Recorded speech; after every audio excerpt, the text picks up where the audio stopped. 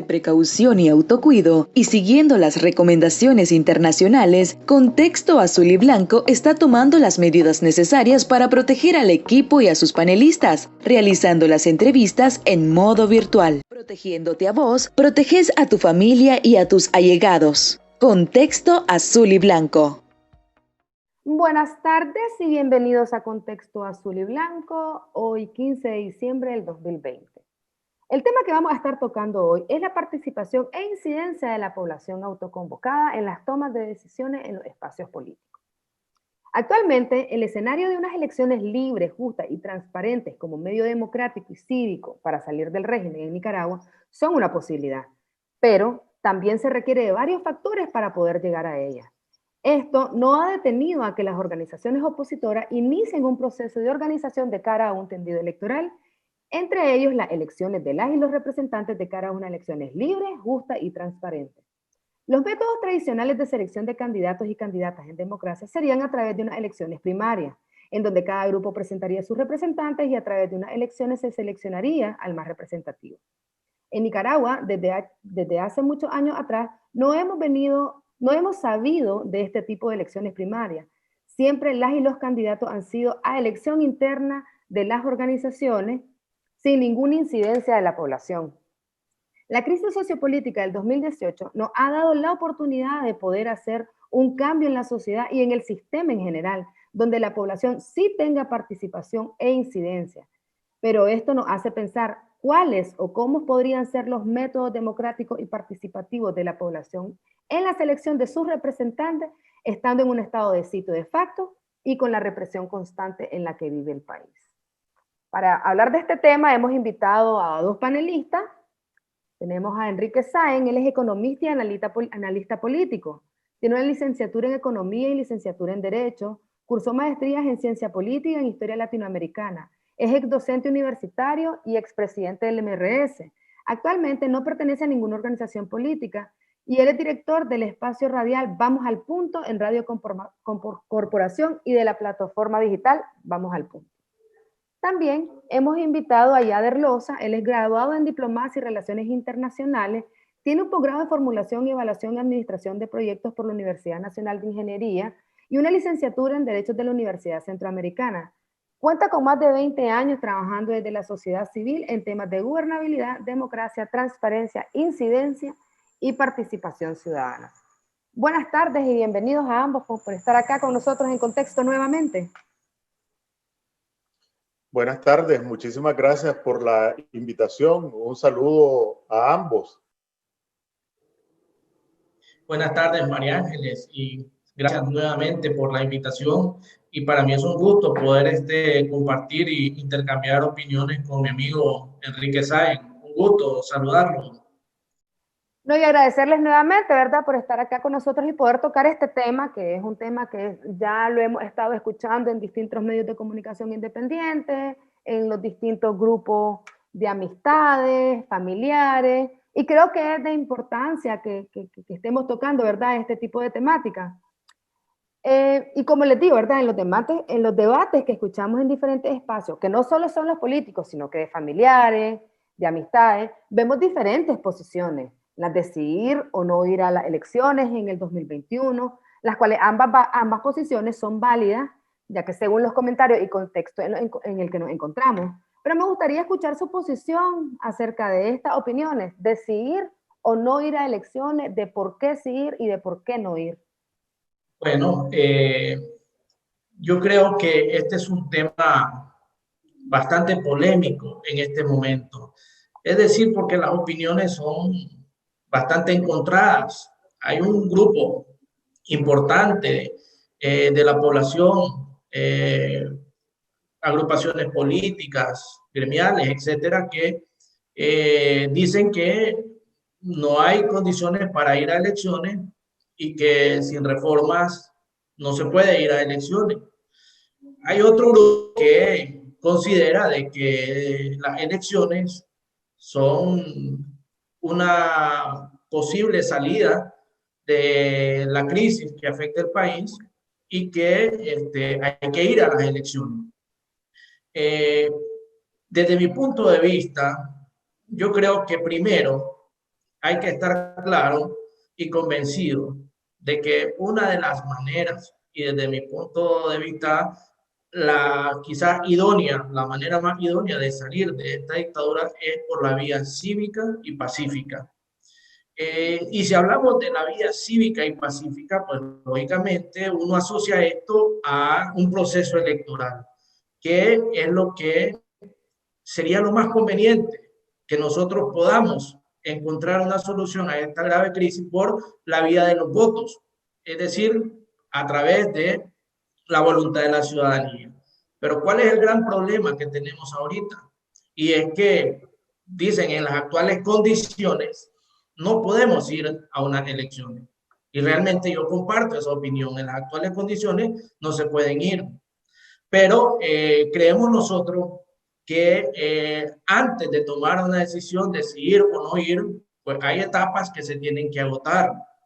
Al menos yo creo que en las elecciones como una salida, y para lograr estas elecciones que necesitamos sean libres, justas, transparentes, observadas, necesitamos reformas a la ley electoral.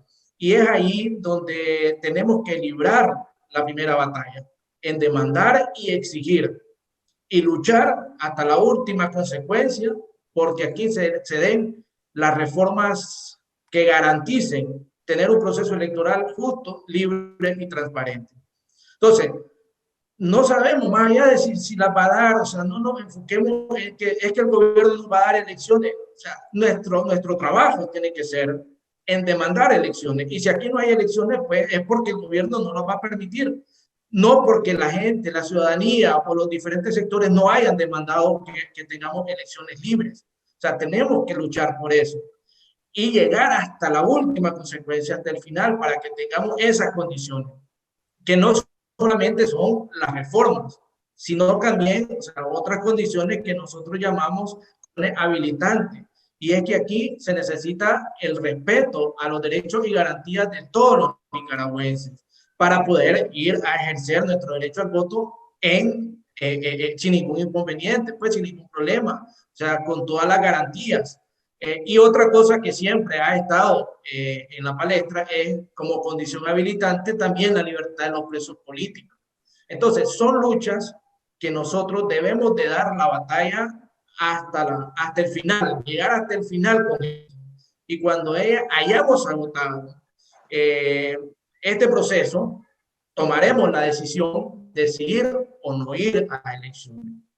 Ahora, si me preguntas, como ya de Rosa, ¿crees que sí se debe ir o no ir a un proceso electoral aún sin condiciones en el peor escenario?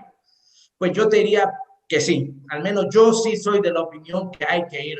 Porque si yo hago un balance de los resultados, o sea, de qué conviene más, o sea, cómo se gana más, o sea, yendo a un proceso electoral en peores condiciones o absteniéndose y renunciando a, digamos, a esa oportunidad que tenés de ejercer tu derecho al voto. Ahora dirán, pero ¿cómo vas a ejercer tu derecho al voto si no hay condiciones?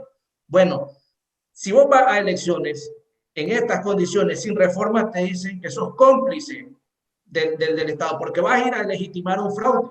De acuerdo, entiendo esa posición, pero, o sea, ¿cuál sería, o sea, lo contrario, o cómo se evitaría que el gobierno continúe en el poder quedándote en tu casa, absteniéndote? O sea, me parece a mí, y si uno hace una evaluación de los costos, beneficios, o sea, hay más, desde mi punto de vista, beneficios de ir a un proceso electoral aún en las condiciones que quedarte en tu casa sin hacer nada y no va a votar porque no hay condiciones. Al final de la jornada, al dictador lo que le interesa es quedarse en el poder. Entonces, al menos si uno va a las elecciones, tener la posibilidad, primero, de documentar el fraude.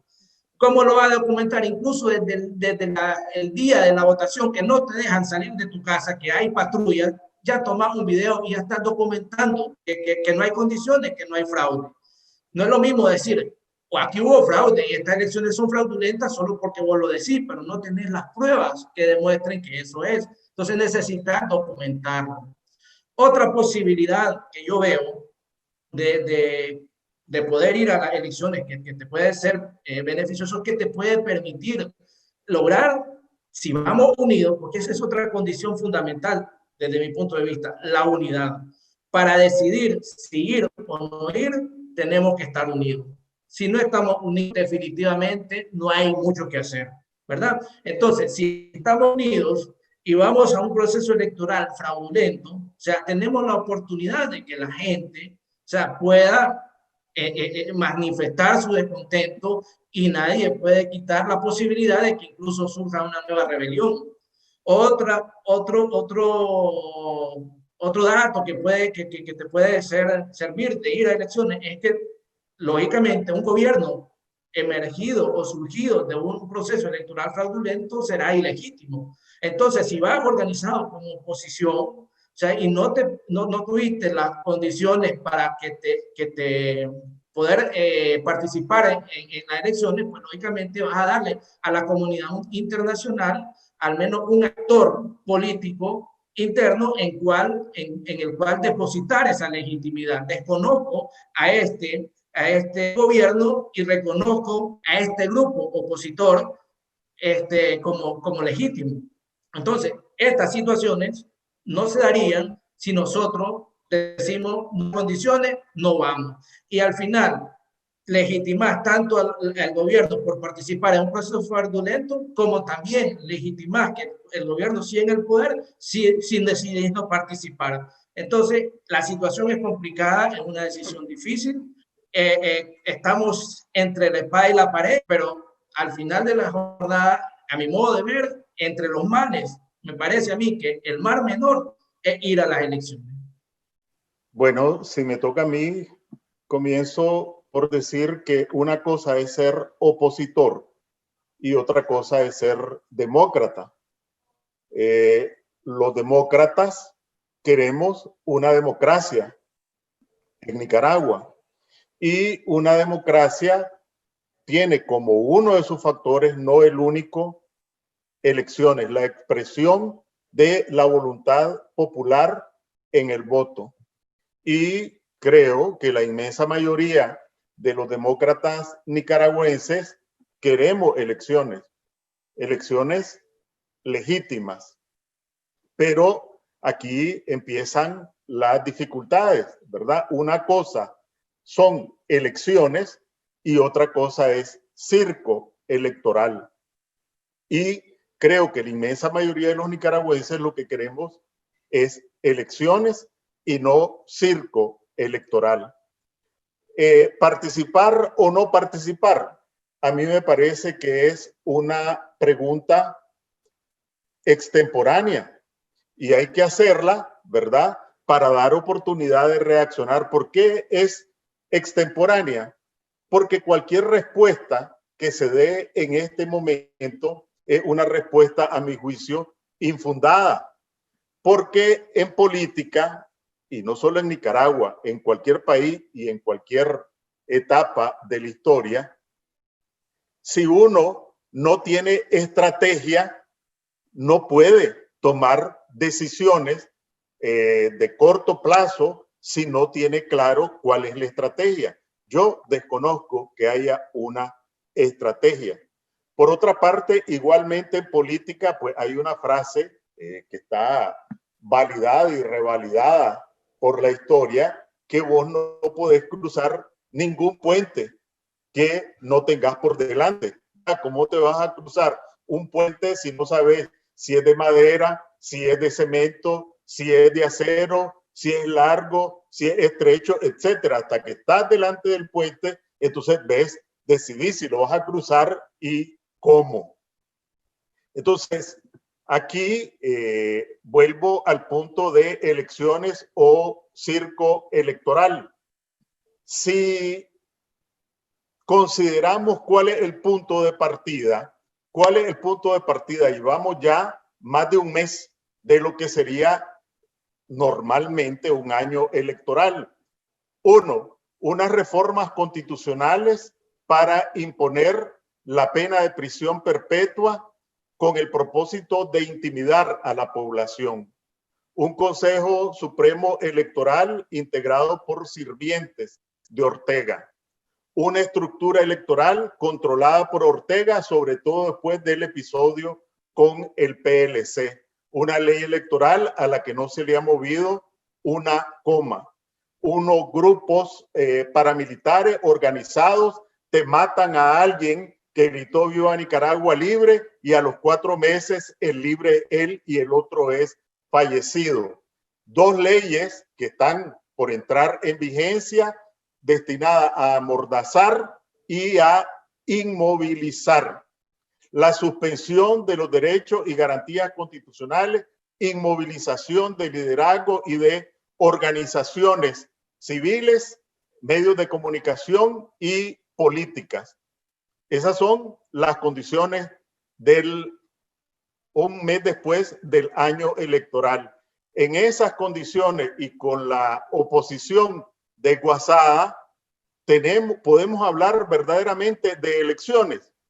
Elecciones son derecho a organizarme, derecho a votar, que se respete mi voto. Esas son las elecciones, ¿verdad? Entonces, en estas condiciones no podemos hablar, creo yo, de elecciones. Ahora, estas condiciones impuestas por la dictadura son invariables. No, no son invariables. Precisamente el primer desafío es cómo arrancar condiciones electorales efectivamente propicias para que se exprese la voluntad ciudadana. Pero esa no es que un día va a aparecer Ortega, ¿verdad?, inspirado en un rayo divino y se transformó en demócrata y va a empezar a hacer concesiones. Hay que arrancárselas. Y la historia muestra que Ortega únicamente entiende el lenguaje de las correlaciones de fuerzas. Y la condición esencial para arrancarle elecciones a Ortega es la unidad de la oposición. Lo que decía Yader, muy largo a otros países, y simplemente ver nuestra propia experiencia. ¿Qué ocurrió en el 2016? Ortega eliminó a la Alianza PLI, que era la organización que aglutinaba a la oposición, y organizó unas elecciones con sus propios satélites. Ese escenario es el que quisiera repetir Ortega. Y entonces asumamos como una hipótesis, porque en política y aquí todo es posible, que por X o Y razón inventa cualquier pretexto y elimina a C por L y elimina al PRD y únicamente habilita la participación de la facción del PLC que es proclive a sus intereses, y ALN y APRE, etcétera. En esas condiciones vamos a llamar a que la gente vote por Ortega o los satélites de Ortega. Yo creo que en esas condiciones, pues cualquier llamado a votar o ejercer el derecho a votar, pues no sería más que en un circo que alimentaría a Ortega. Por eso mencionaba que en el caso de Nicaragua, 1 año es demasiado tiempo para tomar una decisión. Hay un conjunto de factores que pueden y deben concretarse en el periodo y tomar una decisión en este momento. No voy a elecciones porque va a ser un fraude electoral y un circo. Eso creo que inmoviliza a la población y nos lleva a esperar a que caiga cielo, ¿verdad?, un proceso electoral limpio. Y la otra posición, vamos en cualquier circunstancia, significa amarrarse los brazos, ponerse en una camisa de fuerza, porque de antemano le estás diciendo a Ortega, aunque no establezcas condiciones, de todas maneras yo voy a ir. Entonces me parece que la posición en este momento, lo que tenemos que hacer es, vamos a elecciones bajo estas condiciones, y por allí debiera empezar el proceso de acercamiento de la oposición. Estas son las condiciones para que haya elecciones, lo demás es circo electoral. Muchas gracias, Yader, muchas gracias, don Enrique. Y mencionaron algunos comentarios que son los que nos hacen también pasar a la siguiente pregunta. Sobre todo, es cierto, nosotros como experiencia en Nicaragua, ¿verdad? Tenemos nuestros propios escenarios. En el 2006 fue un escenario de división, ¿verdad? Y la división hizo de cierta manera, la división de la oposición hizo de cierta manera que Daniel Ortega retomara el poder, ¿verdad? También tenemos el escenario del 2011, pero hay muchas personas, hay muchos comentaristas políticos o opinólogos, ¿verdad? Sobre las experiencias en otros países. Siempre utilizan las experiencias de otros países para poner escenarios acá en Nicaragua o para hacer las analogías con Nicaragua. Sobre todo Venezuela y Bolivia, siendo países que han sido también de tendencia, como le llegan a decir, izquierda o socialista. Bolivia este año tuvo elecciones presidenciales, ellos tuvieron un fraude electoral, se lograron hacer ciertas reformas electorales, la gente estaba de cierta manera satisfecha con lo que se estaba proponiendo, pero la oposición se dividió y volvió a quedar el partido del cual era el presidente anterior al que estaban criticando. Y en Venezuela acaban de haber elecciones del Parlamento, sinónimo un poco la asamblea con nosotros, ¿verdad? La oposición sí se unió, pero se unió de cara a una abstención, a un no votar. Obviamente es un fraude electoral, ya no hay un reconocimiento, pues ya se ha hecho llamado de distintas organizaciones internacionales a un desconocimiento, ¿verdad?, de estas elecciones. Pero ¿qué opinión tienen ustedes sobre estas analogías y si podríamos compararlas con Nicaragua? En realidad hay quienes no son muy dados a las comparaciones. Realmente hay que comparar y tratar de traer a un país, o sea, de forma literal, la experiencia de otro país, yo creo que no es correcto.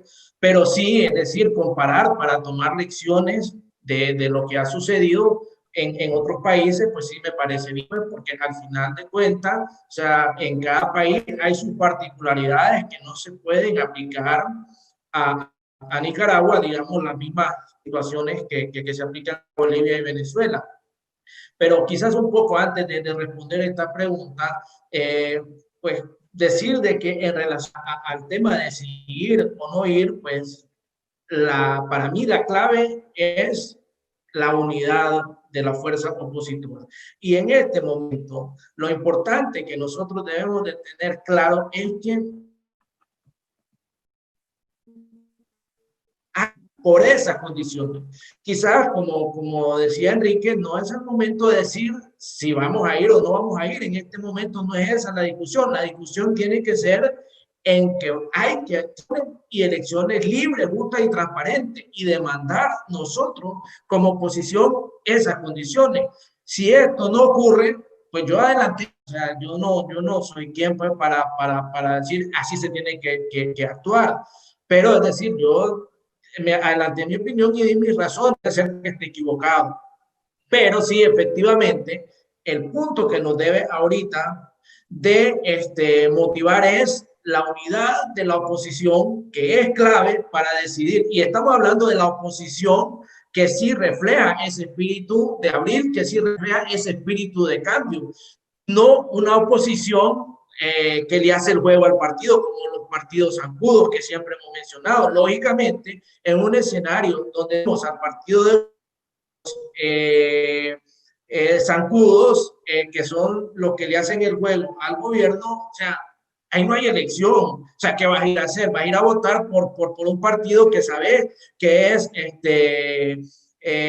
colaboracionista del régimen. Definitivamente que no. O sea, para considerar ir en un escenario donde no hay condiciones, tiene que ser una alternativa que realmente te genere ese cambio que la gente, que tenga la posibilidad de coger ese cambio que la gente quiere. O sea, entonces, ahí es donde la unidad es fundamental para decidir en su momento, porque aquí no se puede dar por sentado. Es cierto, el plazo justamente para reforma a la Constitución, reformas electorales que toquen la Constitución, hoy se venció. Ya hablar de reforma a la Constitución como condiciones para ir a un proceso electoral ya no tiene cabida, porque ya legalmente ya no se puede reformar la Constitución para mejorar el sistema electoral, pero sí quedan un paquete de reforma a la ley electoral que de darse generarían condiciones para poder ir a un proceso electoral y no necesariamente pues, a un circo, como dice Enrique. Entonces, insisto en este tema de la unidad y pelear para que tengamos estas condiciones. Ahora, un poco en la pregunta, o sea, ¿qué podemos retomar de la experiencia de Bolivia? O sea, quienes dicen que la unidad no es necesaria, que en Bolivia, aún unidos, no le ganan, no hubiesen ganado, porque el candidato de más obtuvo más del 50% de los votos. Es cierto. O sea, ahí en ese caso se demostró como que la unidad no funcionaba. El problema es que cuando tenés varias opciones, o sea, los discursos son diferentes. Entonces, tenés a un candidato que a veces, y eso nos sucede a nosotros, podemos ver en nuestra realidad política, nos olvidamos de quién es nuestro enemigo y nos comenzamos a tirar entre nosotros. Entonces, te puedes imaginar un escenario donde aquí van tres bandas y el partido de gobierno, vamos a tres bandas, yo, el PLC por su lado, la coalición por su lado, el C por L por su lado. Entonces, ¿qué va a pasar? Que vamos a tener aquí abandonándonos entre nosotros, o sea, recibiendo fuego amigo, o sea, y descalificándonos que yo soy mejor que el pasado de es que este fue lo otro, y entonces ese discurso, o sea, definitivamente va a terminar dividiendo el voto o que mucha gente se abstenga porque no sabe, mismo, más de lo mismo, no hay nada nuevo, no hay nada que esperarse a la ciudadanía de que va a tener un cambio. Entonces, eso, una situación similar a mi modo de ver pasó en Bolivia, o sea, donde Camacho, o sea, y el otro, el expresidente, no se me escapa el nombre ahorita, sus discursos no fueron unificados, o sea, entonces cada quien tirándose uno al otro, lógicamente, al final la gente se decidió por el candidato del MAS. Entonces, aquí, si tenemos todos unidos, vamos unidos, el discurso es unitario y tenemos que manejar, o sea, ese discurso para la población y ver a nuestro enemigo a uno solo, no a nosotros. Entonces, creo que las lecciones que podemos esperar, o sea, que podemos sacar de Bolivia es eso. O sea, que la unidad es fundamental. Ahora, en relación a lo de Venezuela, pues como dice Enrique, o sea, hay que diferenciar entre elecciones y un circo. Ok, de acuerdo, o sea, pero ¿qué conviene más aquí? ¿Ir a un circo o quedarte en tu casa como sucedió en Venezuela? ¿Cuáles son los resultados del abstencionismo en Venezuela? ¿En qué ha cambiado? ¿Cómo se debilitó el poder de Maduro porque la oposición decidió no ir a las elecciones? Entonces, no es tan así la cosa. O sea, ¿vas a un circo o te quedas en tu casa? O sea, hay que valorar. Ahora, si se va a ir, y digámoslo, como nos dice Enrique, a un circo, tenés que tener una estrategia para entrar a ese circo. Y de esa estrategia tiene que salir fortalecido, porque va a ir a un circo porque sabes que ahí no tenés opciones de ganar, porque sabes que va a haber fraude. Pero si tenés una estrategia y que de ese circo como oposición salgas fortalecido, entonces vos vas a decir, gané perdiendo. Pero si tu discurso es quedarte y comenzar a decir, eso es un circo, eso es fraude, y me quedo en la casa, o sea, es un gobierno ilegítimo, pero al final no nos interesa a nosotros decir que fue ilegítimo, porque a los dictadores es lo de menos. Ellos no toman en cuenta si les decís dictador, si les decís que hay gobierno ilegítimo o legítimo. Lo que quieren es mantenerse en el poder a toda costa. Y si nosotros nos quedamos en nuestras casas, entonces, ¿cuál es la estrategia para debilitar ese poder, para debilitar al actual gobierno? Al menos en Venezuela yo no lo he visto y no le ha dado resultados. La única lección y positiva que tienen es que cuando fueron, aún sin condiciones, pues lograron una mayoría en el Parlamento. Ahorita, al menos no sé, el hombre sigue allí, no fueron, y no sé, pues, pero habrá que sopesar exactamente, o sea, estrategias tanto para ir como para no ir. Bueno, yo creo que hacer comparaciones mecánicas con Bolivia, con Venezuela y aún con algunos episodios del pasado, si uno no los matiza, ¿verdad?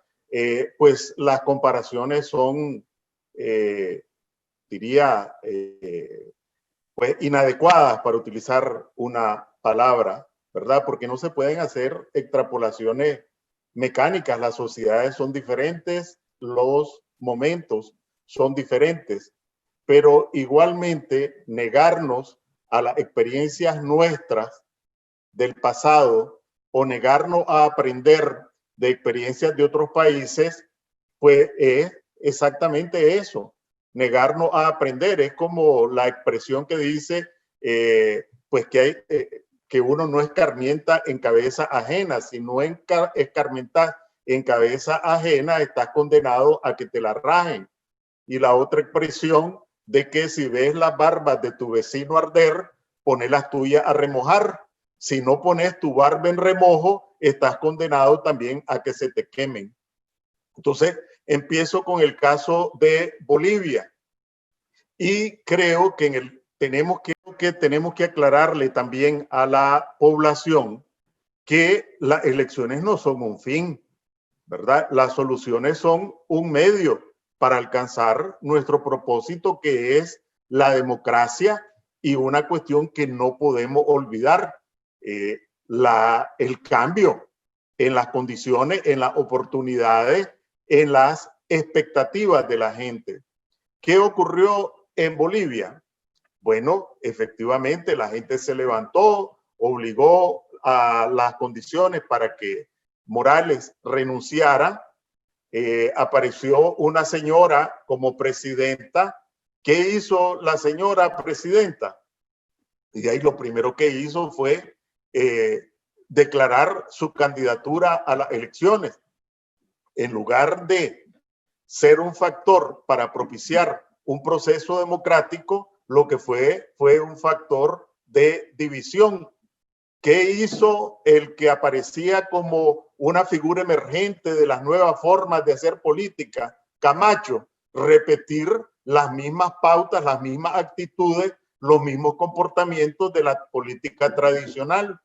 ¿Qué hizo Mesa? Bueno, pues no tuvo la capacidad de juntar a las distintas expresiones, y eso lo vio la población. Entonces, no solo el tema de esta división de la fuerza opositora, sino que ya vio en el año que en este 2020, qué es lo que esperaba si ganaba alguna de estas fuerzas opositoras. Entonces, lo que quiero decir es que, en primer lugar, no solo tenemos que tomar las elecciones como un fin en sí mismo, sino como un medio para llegar a la democracia y que las cosas cambien.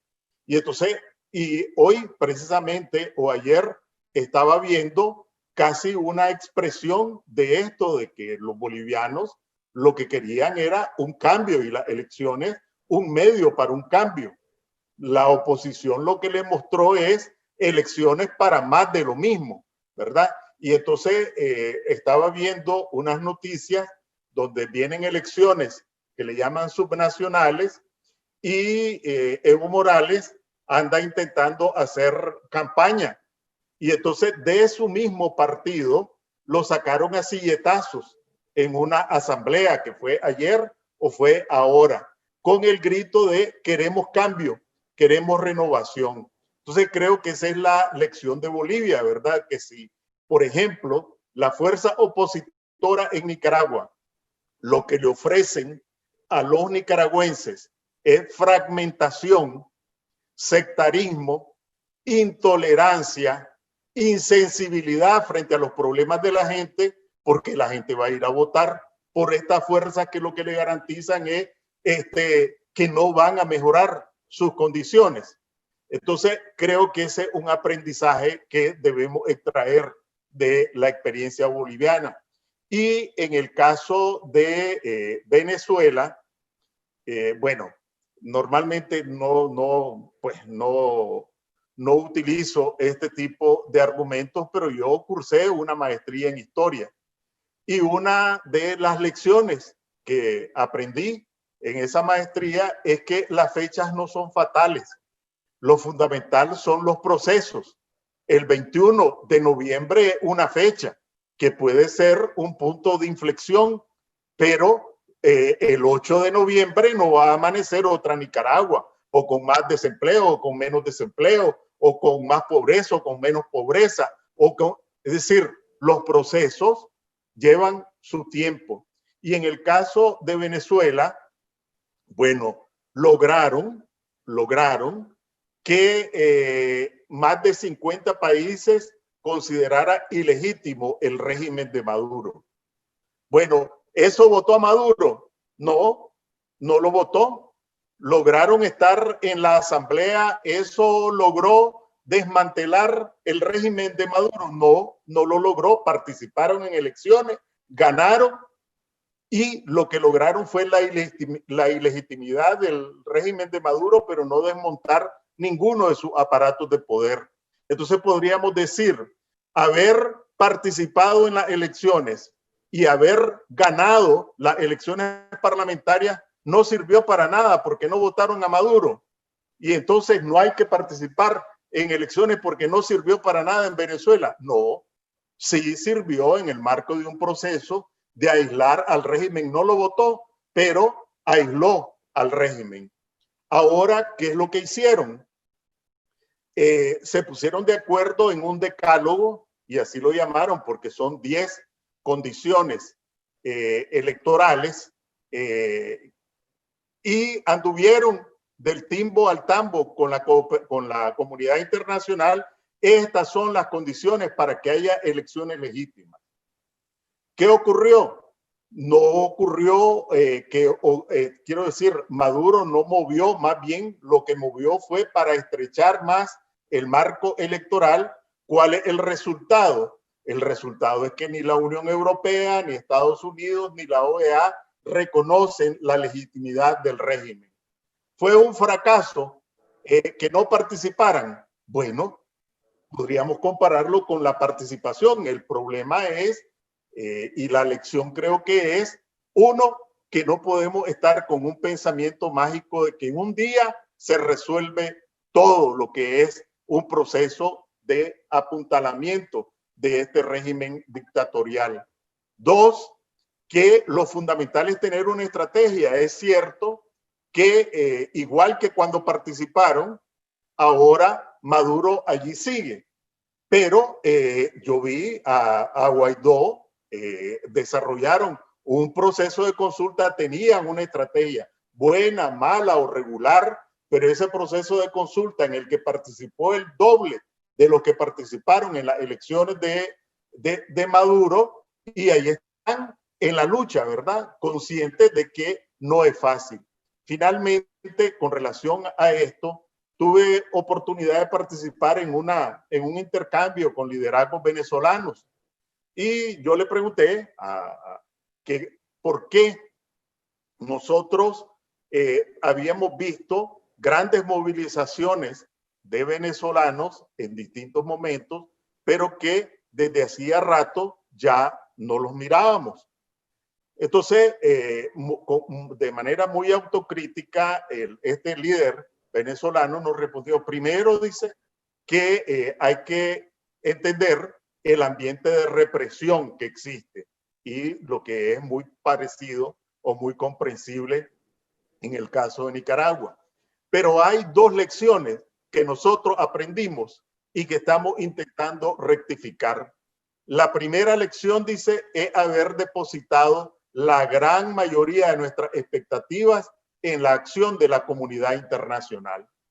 Y entonces nos dedicamos a la OEA, a Estados Unidos, a la Unión Europea, pensando que desde allí iba a venir la solución. Y descuidamos las realidades internas. Creo que es algo que tenemos nosotros que anotar, porque efectivamente hay sectores en Nicaragua que piensan que la solución va a venir de fuera.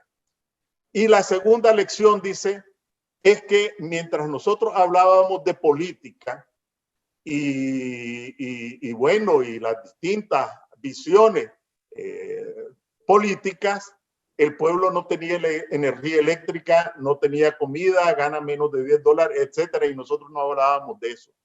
De tal forma que se produjo una brecha entre nuestro discurso y los problemas de la gente, de tal forma de que la gente no vio en nosotros una dirigencia comprometida con la solución a sus problemas. Los dos temas, dice, los reconocemos y estamos intentando rectificarlos. De hecho, con la estrategia que están tomando, están en esa dirección. Creo que esas son lecciones que tenemos que extraer de Bolivia, en que la gente no solo quiere elecciones, sino que quiere elecciones para un cambio, no solo hacia la democracia, sino que en sus condiciones de vida.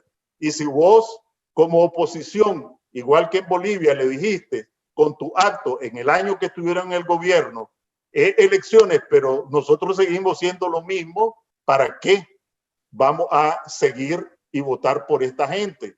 Y en el caso de Venezuela, uno, que se necesita una estrategia; dos, que no podés depositar todas tus expectativas en la acción de la comunidad internacional; y tres, que tenés que acercarte a los problemas de la población. Muchas gracias, Enrique. Muchas gracias, Yader. Y retomando o volviendo un poco, escuchando, ¿verdad?, las analogías, la experiencia o estos dos ejemplos, ¿verdad?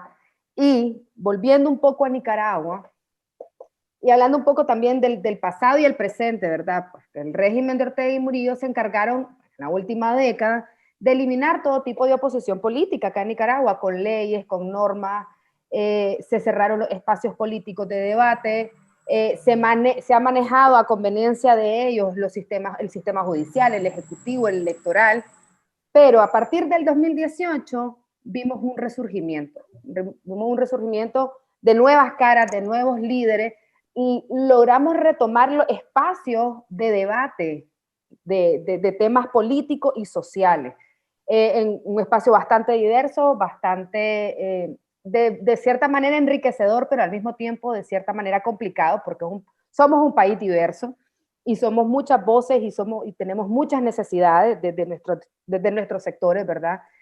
Pero sí se retoma o sí se valora el que ahora tengamos líderes y lideresas, personas con opinión, personas que se están tomando en cuenta para dar sus opiniones de cómo podría ser la situación y cómo podríamos salir de esta crisis sociopolítica que nos ha llevado a una crisis económica. O sea, ¿qué opinión tienen ustedes sobre este cambio que se ha dado de las nuevas caras públicas que tenemos en Nicaragua? Entre ellas ustedes y muchas de las personas que han estado acá en contexto. Bueno, yo creo que abril marca un punto importante dentro de la historia reciente de Nicaragua. Y marca un punto porque permitió a la ciudadanía nicaragüense expresarse y decir: basta ya del sistema que tenemos, queremos algo diferente, queremos algo nuevo. Realmente la crisis de abril no fue por la reforma ALINS, ese fue el detonante, todos lo sabemos. O sea, ya la gente venía acumulando una serie de decepciones.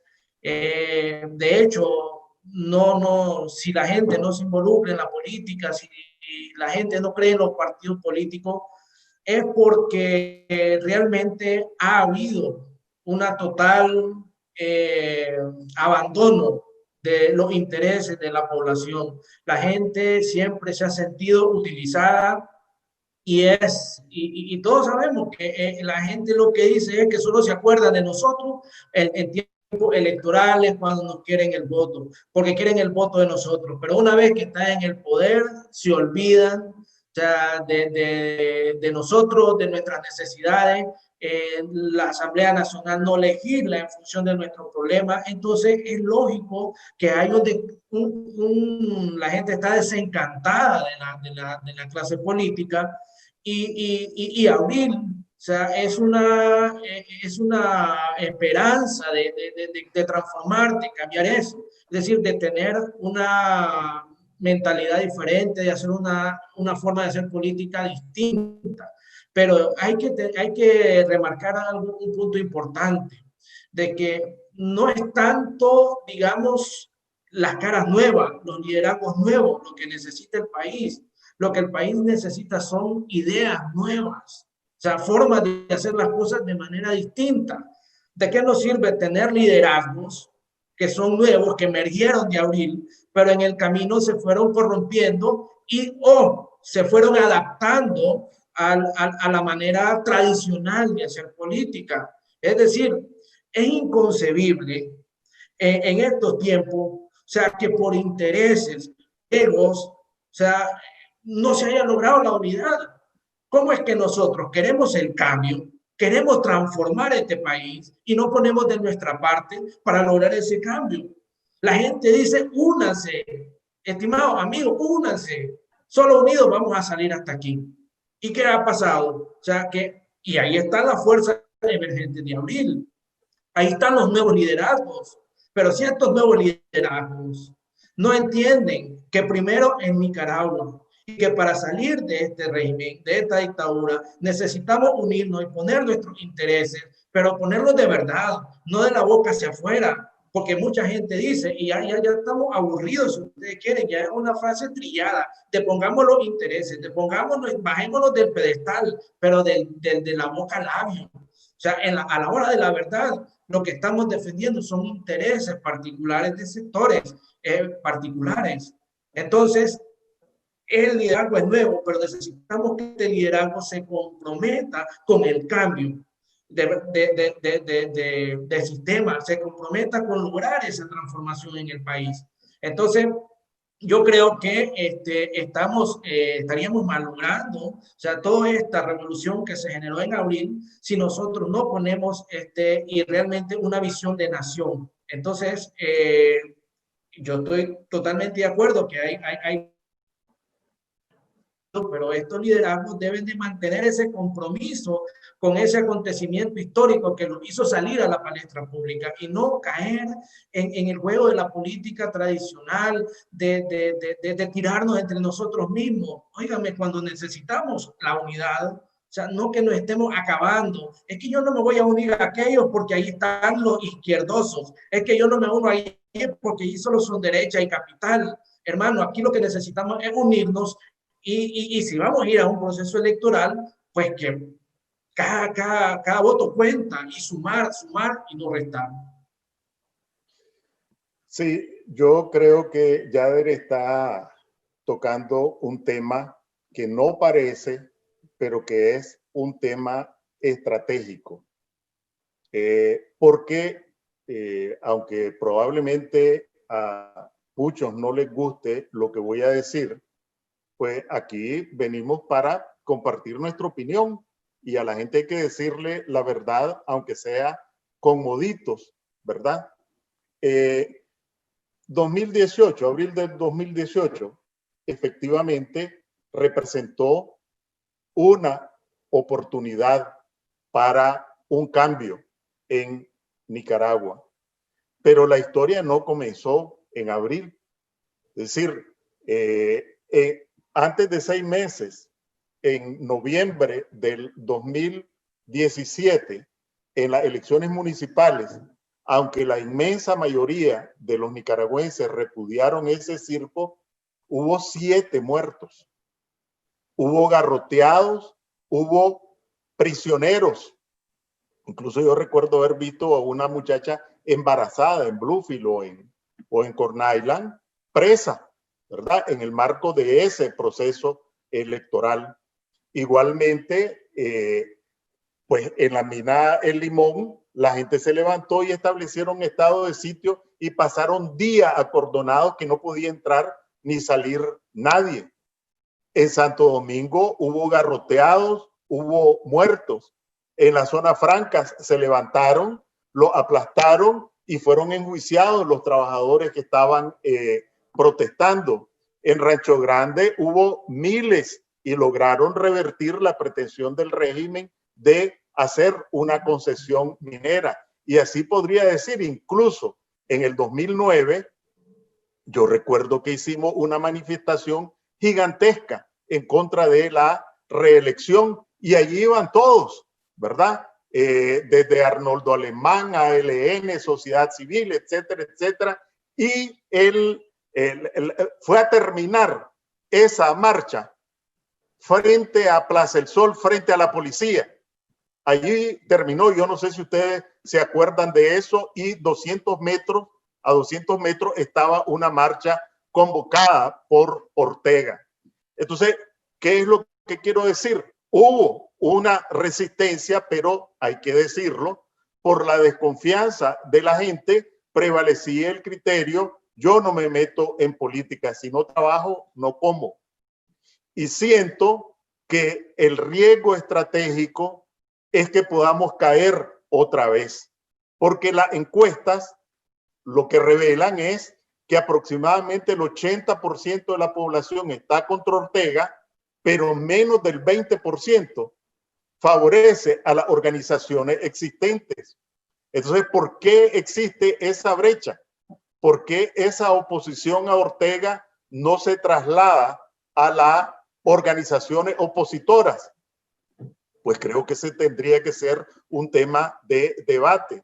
Y aquí recojo otro punto que estaba planteando Yader, y es que no es cuestión de nuevas caras, ¿verdad? Sino que de nuevas ideas y de nuevas actitudes.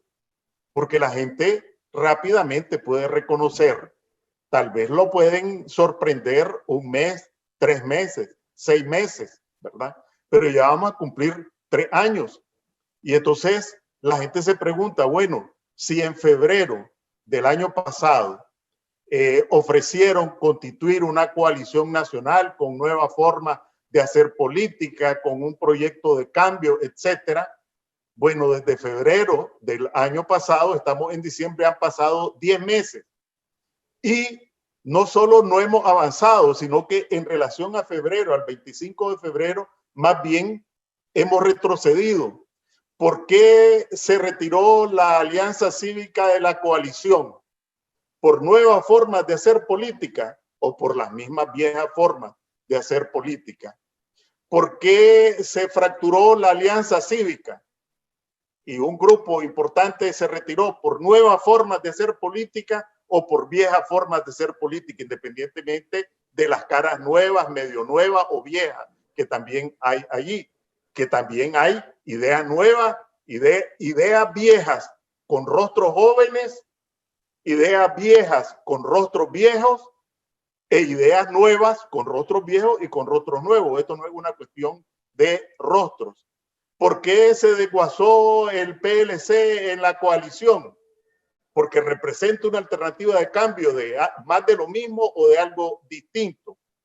¿Por qué no se ha progresado ni siquiera en ponerse de acuerdo en cuáles son las condiciones electorales? Porque es nueva forma de hacer política. Nueva forma de hacer política significa tolerancia. ¿Y cuál es la tolerancia que se observa? Nueva forma de hacer política significa identificación con los problemas de la gente. ¿Y cuáles son esas identificaciones con los problemas de la gente? Nueva forma de hacer política significa colocar por encima los intereses generales, por encima de los intereses de grupo. Y lo que uno ve es que se colocan los intereses de grupo por encima de los intereses generales. Nuevas formas de hacer política es de poner las aspiraciones personales, que son legítimas, porque todo nicaragüense tiene derecho a promoverse y a proponerse si siente que es portador de una acción de cambio, ¿verdad? Pero a lo que no tiene derecho es a imponer esas ambiciones por encima de los intereses de la colectividad. Entonces, mi gran temor, más que elecciones, más que las condiciones, que la represión, etcétera, es que estemos alimentando un desencanto gigantesco con la gente. Si fueran los viejos rostros con las viejas ideas que hay, ¿verdad? El problema es cuando las viejas ideas se enmascaran en nuevos rostros que lo que hacen es repetir las mismas pautas. Y esto no es de ahorita. Entonces, esta es una cuestión. Hace poco escribí un artículo que de casualidad me encontré un escrito que escribió un señor nicaragüense apellido Selva hace 150 años, siglo y medio. Y el escrito se llama El modo de ser político en Nicaragua. Y entonces él hacía una descripción hace 150 años del modo en que se comportaban los políticos en Nicaragua. Y parecía que lo había escrito ayer. En lo que se equivocó es que él dijo hace 150 años, pero ahora sí, dice, el pueblo nicaragüense no se va a dejar engañar por estos políticos. El pueblo nicaragüense ya sabe cuál es la realidad y no se va a dejar engañar. Pero bueno, pasaron 150 años y entre dictaduras, guerras, pactos, engaños, patrañas, etc.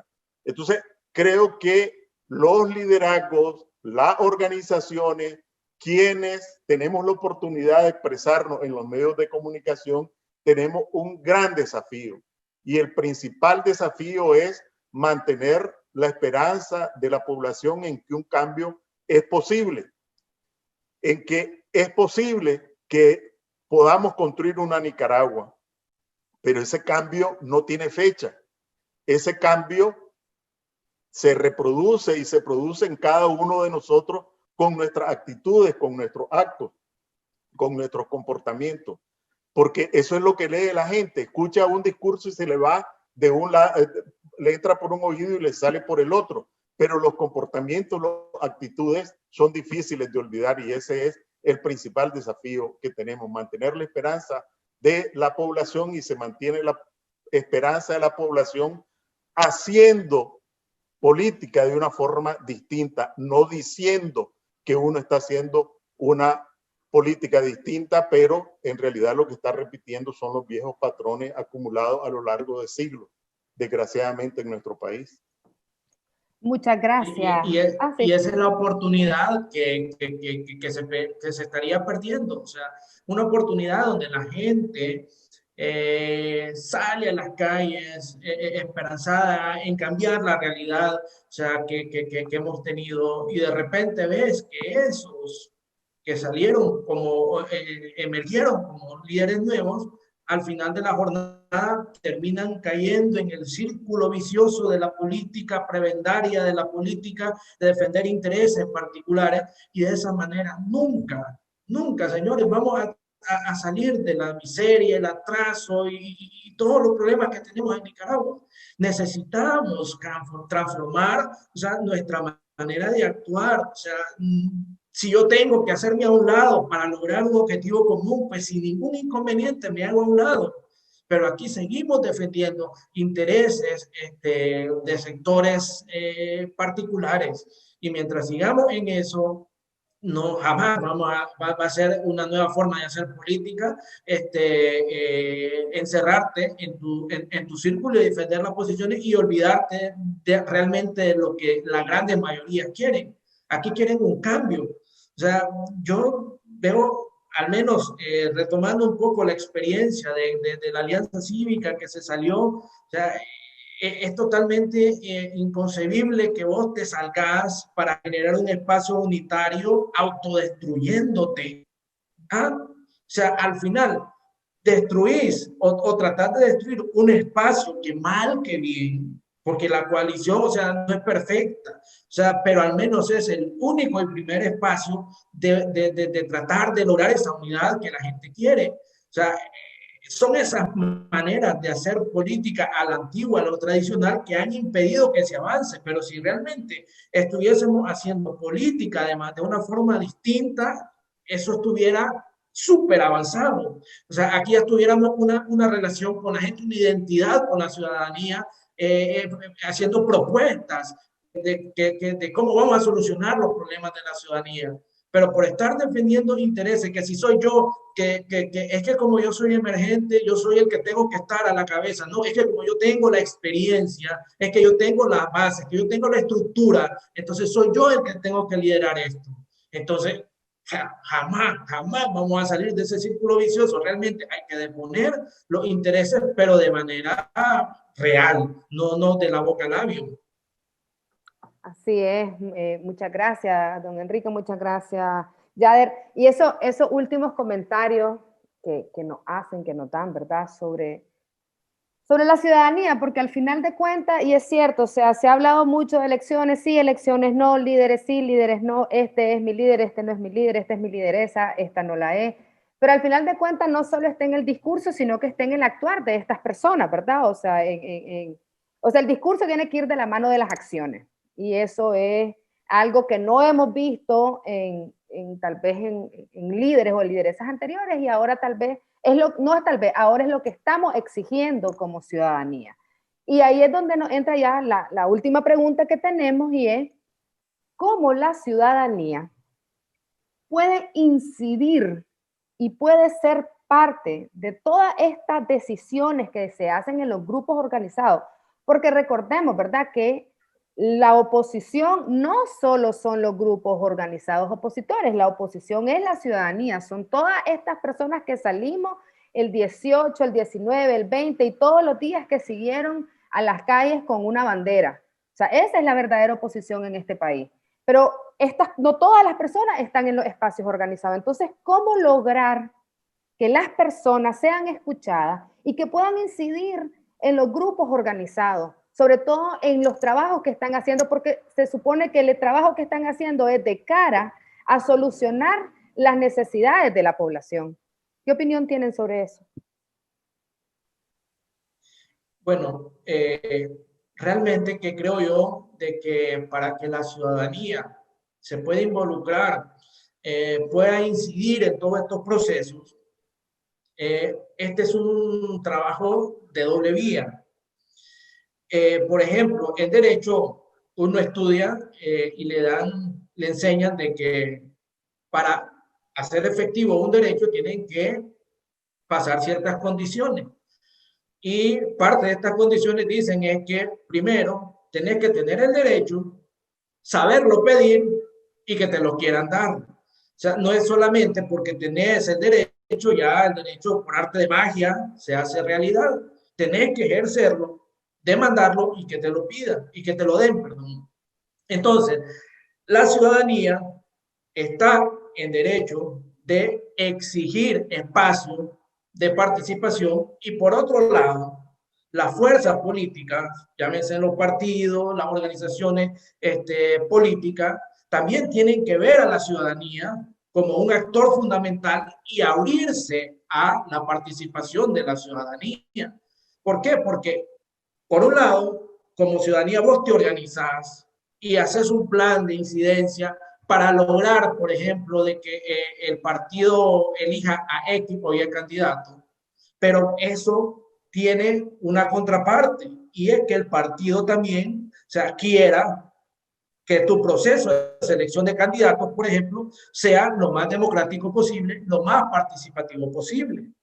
Entonces, si aquí tenemos una ciudadanía que se organiza, incide, pero allá las cúpulas no la escuchan, entonces no vamos a ir muy largo. Y al contrario, si tenemos un partido que quiere abrirse y quiere tener procesos participativos, pero la ciudadanía no está activa, entonces tampoco vas a lograr mucho. Entonces, ¿qué es lo que se necesita? Aquí un balance. Y aquí tiene que existir el compromiso de los partidos políticos, de las organizaciones políticas y sociales, de tomar en cuenta a la ciudadanía, tomar en cuenta, basar sus planes, sus estrategias sobre la base de lo que la gente quiere, no lo que para vos es lo que debe de ser, lo que vos crees que debe de ser. No, debes de responder a las necesidades de la población. En esa medida la gente se va a sentir tomada en cuenta. Cuando tus programas, tus planes de gobierno van de cara a responder a estos problemas que tiene la ciudadanía, en esa medida vas a ganar credibilidad, vas a ganar, o sea, vas a sentir que la gente se va a identificar con tu propuesta y la gente también va a querer participar. Ahora, ¿cómo se puede incidir? Pues organizándose en los diferentes espacios municipales, los territorios, y tratando de involucrarte, porque muchas veces uno somos buenos a criticar que aquí no pasa nada, pero ¿qué estás haciendo vos para cambiar eso? Nada, entonces mejor no hablemos. Así que tenemos actores del cambio y si necesitamos este cambio, pues tenemos que estar en la disposición de involucrarnos y de participar en todos los espacios políticos que nos sean posibles. Bueno, este es, me parece, un caso también por el ambiente en el que estamos, en el que lo perfecto es enemigo de lo bueno. Lo más fácil sería que dijera, sí, hay que garantizar la participación de toda la población porque ningún liderazgo que no cuente con la legitimidad del respaldo de la ciudadanía, pues no va a ser un liderazgo, etcétera. Eso sería fácil, pero politiquero, ¿verdad? Pues a veces hay que correr el riesgo de decir cosas que no le agradan a la gente, pero si uno considera que son realistas, hay que decirlas. Es muy difícil plantearse un proceso democrático en medio de una dictadura. Es decir, ¿cómo voy a desarrollar un proceso democrático con persecución, con acoso, con garroteadas, con que no me dejan salir, etcétera? Es una ilusión, ¿verdad? Entonces, lo fundamental aquí es la voluntad de llegar hasta donde puedas llegar, pero no plantearte objetivos que no podés realizar. Entonces, por un lado, tenés eso, cómo desarrollar un proceso democrático en medio de una dictadura. En segundo lugar, cuando efectivamente las organizaciones existentes, por distintas razones, en unos porque no quieren, en otros porque no pueden y en otros porque no los dejan, ¿verdad? Tienen limitaciones para que haya una mayor incorporación de la población en sus organizaciones. Entonces, hay esas dos dificultades objetivas. En el caso de la unidad azul y blanco, yo creo que una de las pocas, si no la única, organización que ha desarrollado ya dos procesos electorales internos, que no han sido perfectos. Bueno, no han sido perfectos, pero han sido legítimos.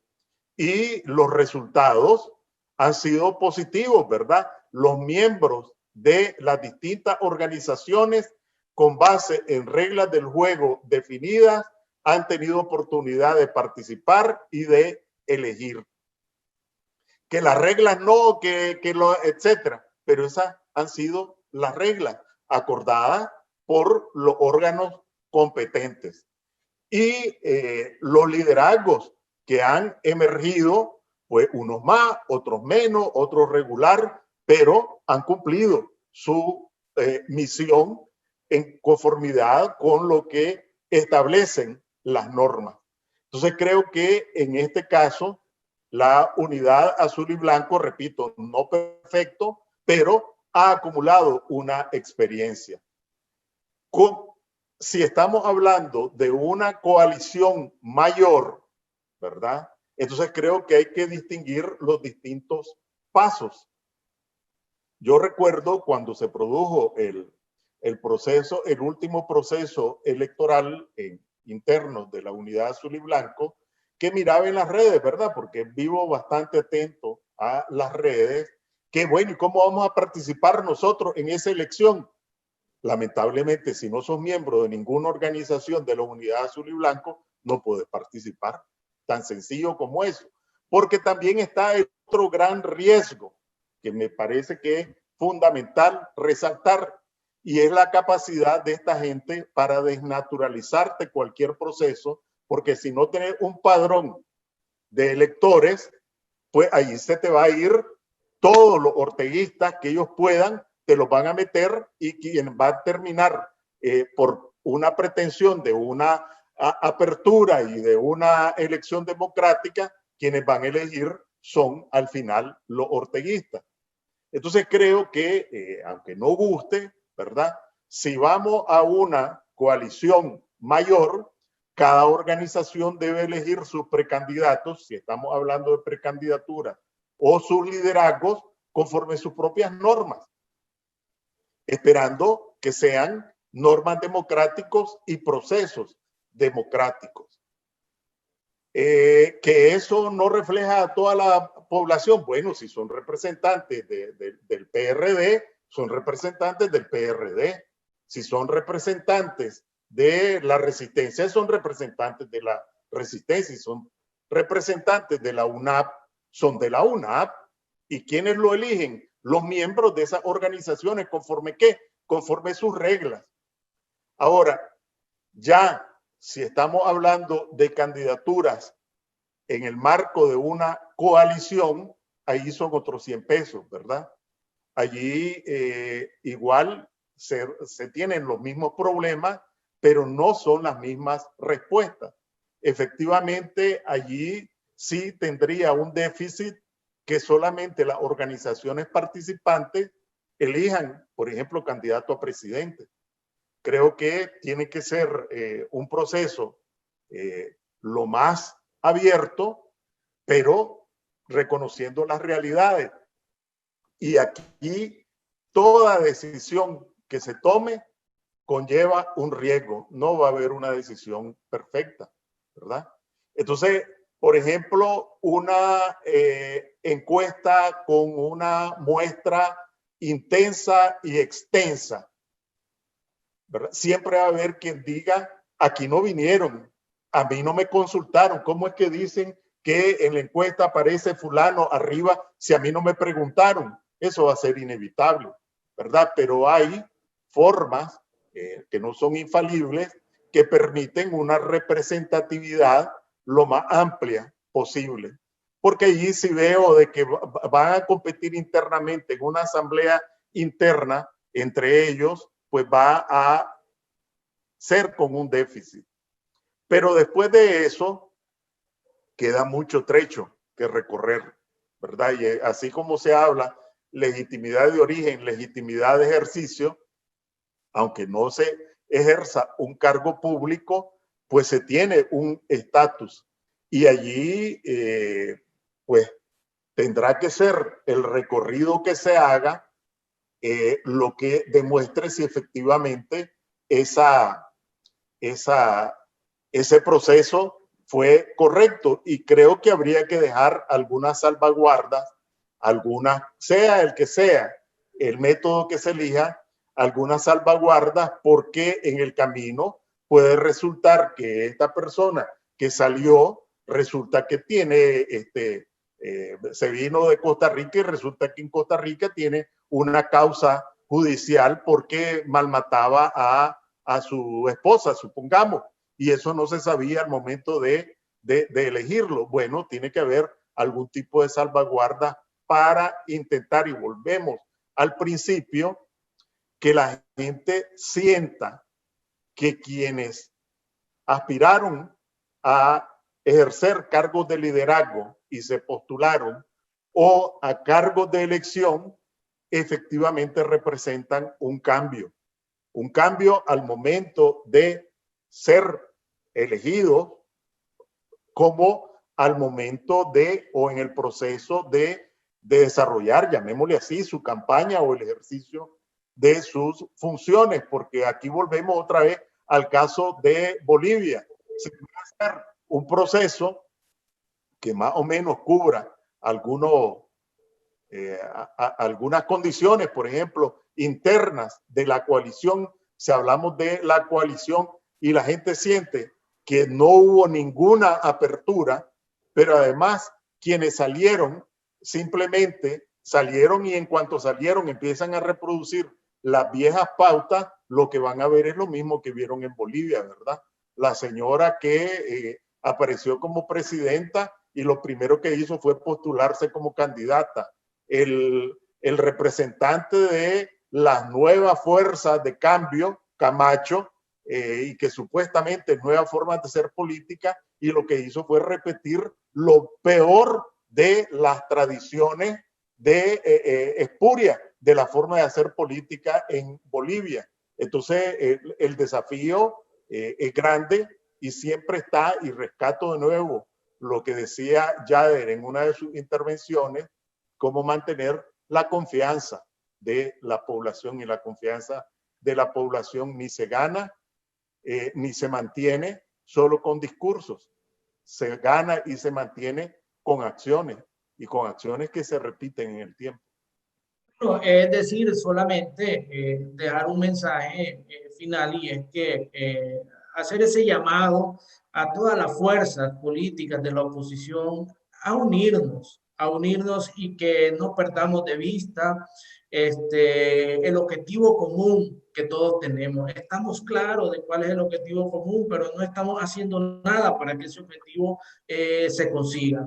Entonces, de poner de una vez por todas de los intereses personales, y que le demos al pueblo de Nicaragua ese regalo, ese deseo que tiene de ver a las fuerzas de oposición unidas y preparándose para lograr ese cambio, o sea, un cambio que traiga la esperanza al pueblo de Nicaragua de que aquí las cosas van a ser mejores. Y que los como ciudadanos estemos claros de que estamos navegando contra la corriente. Las condiciones a las cuales nos enfrentamos no son las que deseamos, son circunstancias difíciles, pero como dice el dicho, la esperanza es lo último que se pierde. No hay peor lucha que la que no se hace, y la perseverancia alcanza. Entonces, esforcémonos, enfoquémonos en el objetivo común, y dejemos atrás cualquier interés que pueda obstaculizar la unidad de las fuerzas democráticas. Bueno, si me tocara decir unas palabras también, diría que Ortega hemos tenido personajes a la cabeza del país nefastos a lo largo de nuestra historia, pero ninguno ha sido tan nefasto como Ortega y sus secuaces. Ortega y sus secuaces no tienen futuro en este país, pueden prolongar su permanencia a sangre y fuego, pero ya no representan ninguna oportunidad para el pueblo nicaragüense, no representan ninguna oportunidad para los desempleados, no representan ninguna oportunidad para los trabajadores a los que el salario no les alcanza, no representa ninguna oportunidad para los pensionados que han sido estafados por este régimen por 2 años consecutivos con sus pensiones, no representan ninguna esperanza de que puedan modificarse las condiciones para pequeños, medianos, microempresarios que semana a semana, quincena a quincena, mes a mes, pasan el Niágara en taburete para pagar sus planillas, para pagar los servicios de energía, etc. Pero únicamente podemos enfrentar y derrotar a este régimen y abrirnos a un horizonte de cambio, en primer lugar, si participamos, porque no solamente se trata de atribuirle responsabilidades a los liderazgos y a las organizaciones existentes, y nosotros nos encerramos en nuestras casas. Es cierto, hay peligro, hay represión, pero hay distintas formas de participar, y de la misma manera que demandamos de los liderazgos nuevas formas de hacer política, el cambio también está en nosotros mismos, como ciudadanas, como ciudadanos, en nuestra familia, en nuestro barrio, en nuestro centro de trabajo. El tema de la tolerancia no solo es para los liderazgos, basta ver lo que ocurre en las redes sociales, como algunos lo que dan es muestras de una intolerancia, pero realmente casi semejante a la del régimen. El cambio no solamente está en los liderazgos y en las organizaciones, sino que nosotros contribuimos a ese cambio con nuestras propias actitudes también. Entonces no solo se trata de buscar chivos expiatorios, yo no fui, fue TT, ¿verdad? Sino que nosotros también tenemos que ser individualmente y como grupos portadores de ese cambio al que todos anhelamos. Muchas gracias, Enrique Sáenz, muchas gracias, Yader Loza, por estar acá con nosotros en Contexto, por haber compartido con nosotros sus opiniones y sus comentarios sobre estos cuestionamientos que nos hacemos a diario en los distintos espacios, ya sean políticos, ya sean sociales, ya sean familiares. Le agradecemos nuevamente también a las personas que están con nosotros sintonizándonos. Y recuerden siempre enviarnos sus dudas, consultas y comentarios a los datos que aparecerán en pantalla. Buenas noches.